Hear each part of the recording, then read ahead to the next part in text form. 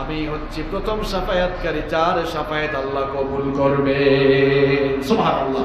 তাহলে আমার নবীর 7 নাম্বার স্পেশালিটি আমরা জানলাম, কিয়ামতের দিন আমার নবীর সুপারিশ ছাড়া, আমার নবীর শাফায়াত ছাড়া বিচার কাজও শুরু হবে না। নাম্বার 8 নাম্বার হলো, কিয়ামতের দিন আমার নবী যতক্ষণ না জান্নাতের গেইটে গিয়ে জান্নাতের দরজা খুলে জান্নাতে উদ্বোধন করেন, কোন মানুষ এমনকি কোন নবী জান্নাতে ঢোকার সুযোগও পাবেন না। আল্লাহু আকবার। কি পাওয়ারফুল নবী, কি পাওয়ারফুল নবী, কি মর্যাদা সম্পন্ন নবী। আমার নবী জান্নাত উদ্বোধন না করলে জান্নাতের দরজা খোলা হবে না। বিশ্ব নবী সাল্লাল্লাহু আলাইহি ওয়াসাল্লাম বলেছেন, মুসলিম শরীফের হাদিস, আতি বাবাল জান্নাতি ইয়াউমাল কিয়ামা, কিয়ামতের দিন আমি যখন জান্নাতের দরজার কাছে আসব, জান্নাতের দরজার কাছে এসে অর্ডার করব, ফাস্তাফতিহ, জান্নাতের দরজা খোলো। ইয়াকুলুল খাজিন, জান্নাতের দারওয়ান ফেরেশতা বলবে, মান আনতা, হু আর ইউ, আপনি কে? বিশ্বনবী সাল্লাল্লাহু আলাইহি ওয়াসাল্লাম তখন নিজের পরিচয় দিবেন, আনা মুহাম্মদ। পরেন সাল্লাল্লাহু আলাইহি ওয়াসাল্লাম। এই কথা শুনেন দারওয়ান ফেরেশতা তখন বলবেন, বিকা উমিরতু লা আফতাহু লি আহাদিন ক্বাবলাক, আপনার জন্যই তো আমি অপেক্ষা করছি, আপনার জন্যই তো আমি দাঁড়িয়ে আছি, কারণ আল্লাহ তাআলা অর্ডার করেছেন আপনি আসার আগ পর্যন্ত যেন জান্নাতের গেটটা খোলা না হয়। ওগো আল্লাহর নবী আসেন, আজকে আপনার মাধ্যমে জান্নাতের দরজা খুলে দেয়া উদ্বোধন করা হবে।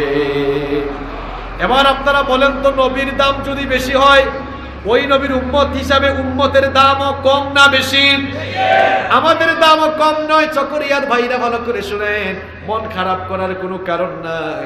আমার নবী বলেছিলাম, আমার উম্মত এসেছে দুনিয়ায় সবার শেষে, কিন্তু মর্যাদা হলো সবার সবার উপরে, সকল উম্মতের উপরে আমাদের মর্যাদা। আমরা এসেছি উম্মত হিসাবে সবার শেষে, কিন্তু মর্যাদার দিক থেকে আমরা সবার। বিশ্বনবী সাল্লাল্লাহু আলাইহি ওয়াসাল্লাম বললেন, আমি জান্নাত উদ্বোধন করার আগ পর্যন্ত, আমি জান্নাত খোলার আগ পর্যন্ত কোন নবীও জান্নাতে ঢুকতে পারবে না।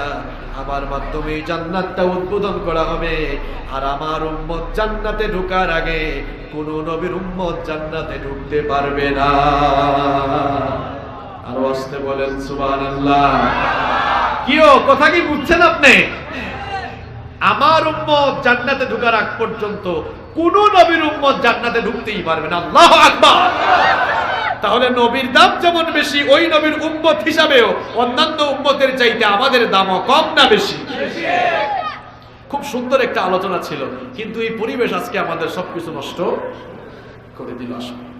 তাহলে আমরা 8 নাম্বার স্পেশালিটি জানলাম, যে আমার নবী সেই ব্যক্তি যার মাধ্যমে আল্লাহ তাআলা জান্নাত উদ্বোধন করবেন। নাম্বার 9 নম্বরে হচ্ছে, আমার নবীকে আল্লাহ তাআলা এত মর্যাদা দিয়েছেন, আমার নবীর নাম শুনলেই তার উপরে দুরূদ পাঠ করা ওয়াজিব করে দিয়েছেন কে?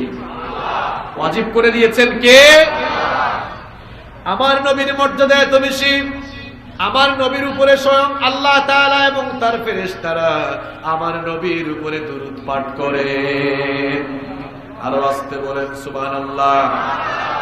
কোরআনে কারীমের 33 নম্বর সূরা, সূরাতুল আহজাবের 56 নম্বর আয়াতে রব্বুল আলামিন বলছেন, ইন্নাল্লাহা ওয়া মালাইকাতাহু ইউসাল্লুনা আলান নবী, নিশ্চয়ই আল্লাহ তাআলা এবং তার ফেরেশতারা নবীর উপরে দুরূদ পাঠ করে, সালাত পাঠায়।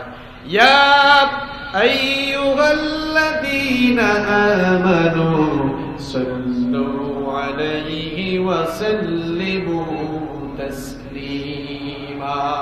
সুতরাং হে বিশ্বাসীরা, হে ঈমানদারেরা, তোমরাও আমার নবীর উপরে দুরূদ পাঠ করো, সালাত এবং সালাম প্রেরণ করো। বিশ্ব নবীর নাম শোনার পরে যারা দুরূদ পাঠ করে না, এরা হলো দুনিয়ার সবচাইতে বড় কৃপণ। বিশ্ব নবীর নাম শোনার পরে যারা দুরূদ পড়ে না, আমার নবী তাদের জন্য ধ্বংস কামনা করেছে। মসজিদে নববীর মিম্বরে বিশ্ব নবী সাল্লাল্লাহু আলাইহি ওয়াসাল্লাম আরোহণ করছেন।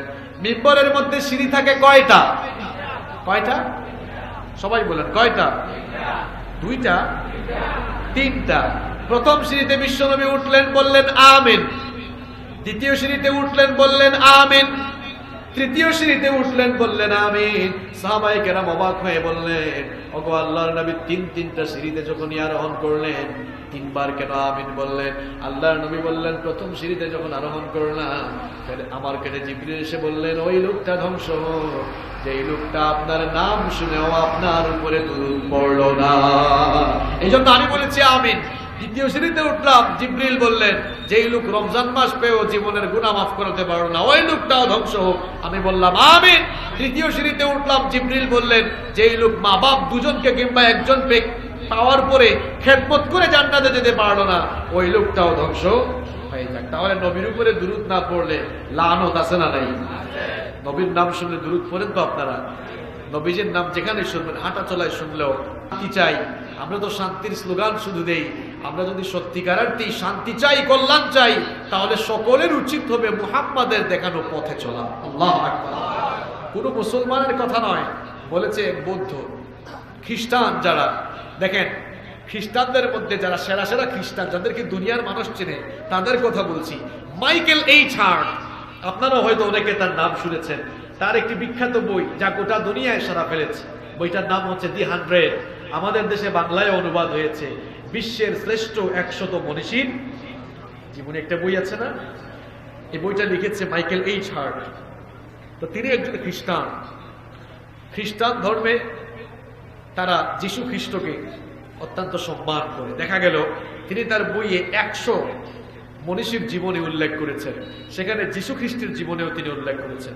আদম আলাইহিস সালামের জীবনী এনেছেন, সেখানে তিনি ইউসুফ আলাইহিস সালামের জীবনী এনেছেন, মুসা আলাইহিস সালামের জীবনী এনেছেন, আবার Isaac Newton, Dalai Lama, Benjamin Franklin, এদের জীবনেও তিনি এনেছেন।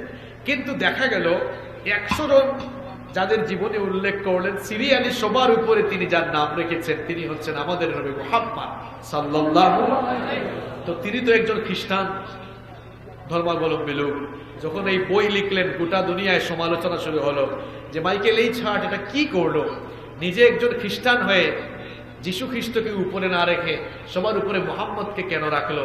যখন গোটা দুনিয়ায় সমালোচনার ঝড় বয়ে গেল, তখন তিনি সমালোচনার জবাব দিয়ে বললেন, তোমরা যারা আমার সমালোচনা করছো,